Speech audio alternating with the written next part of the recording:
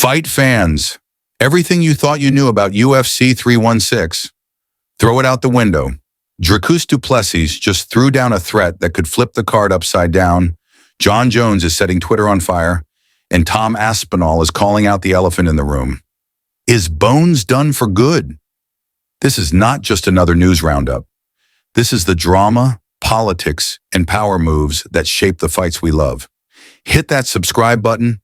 You're watching MMA Trends, where the fights begin before anyone touches gloves. UFC interim heavyweight champ. Tom Aspinall isn't pulling punches. He says the signs are clear. Jon Jones is already retired. He just hasn't said it out loud yet. Let's break it down. Jones hasn't re-entered the testing pool. He's going on social media rants instead of calling for fights. He's not responding to Tom's challenge, even though Tom's sitting right there with a belt. Quote from Aspinall, "If he wanted to fight me, he would have already said so." What do you think? Is Jon Jones ducking the new breed or just waiting for the right payday? Comment below. The UFC finally locked in the main and co-main for UFC 316, but it's far from smooth sailing. Dana White is promoting it hard, but fighters are speaking out, and in the middle of that chaos comes the biggest warning shot of the week. Dricus just put the UFC on notice.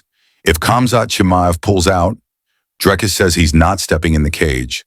No replacement, no plan B, no negotiation.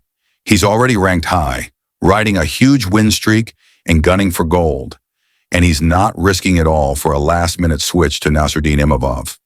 This isn't a stepping stone fight. This is a championship path. And I won't play the UFC's game if they change the rules mid-camp. Dricus, the UFC has a problem here. They love flexible fighters. But Dricus is putting his foot down. Hard. Smart move or a risky one? Let's debate in the comments. Is Dricus being tactical or difficult? Double champ Amanda Nunes weighed in on the newly announced Juliana Pena versus Kayla Harrison bout. And she's not sitting on the fence. Nunes says Kayla wins, easily. Pena has heart, but Kayla has tools. It's not even close. That's a bold take. But when Amanda speaks, the MMA world listens. Do you agree with the GOAT? Drop a fire emoji if Kayla smashes, or a brick emoji if Pena has a puncher's chance. Kelvin Gastelum got brutally honest in a recent interview. After Joe Pyfer pulled out of their fight, Gastelum said it was hard to mentally reset. The camp was set, the hype was building, then boom, Pyfer's out. But here's the twist. Pyfer's already talking about finishing Kelvin whenever the fight is rescheduled.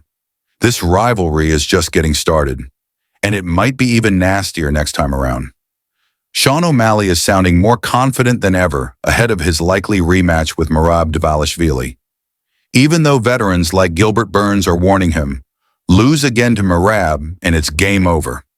O'Malley doesn't seem fazed. He's laughing, taunting, training like it's personal. Is Suga Sean about to shine or crash hard? Vote below. Square win, circle loss. Bilal Muhammad is done waiting. He's officially called out Kamaru Usman, and he wants it next. UFC hasn't responded, but if the rankings get shaken up after 316, this one could happen fast. In a series of late-night tweets, Jon Jones went off, defending his legacy, calling out critics, and mocking fighters who want a piece of the king. One tweet reads, "Tom Aspinall wouldn't survive one round with me. Stay in your lane." But here's the thing. He still hasn't signed a bout agreement. Aspinall says, "All I want is a name and a date." I'm ready. If this fight never happens, it'll go down as one of MMA's biggest what-ifs. This episode had it all. Call-outs, ultimatums, retirements, and chaos. UFC 316 is shaping up to be unpredictable and possibly explosive. If you're still watching, you're a real fight fan.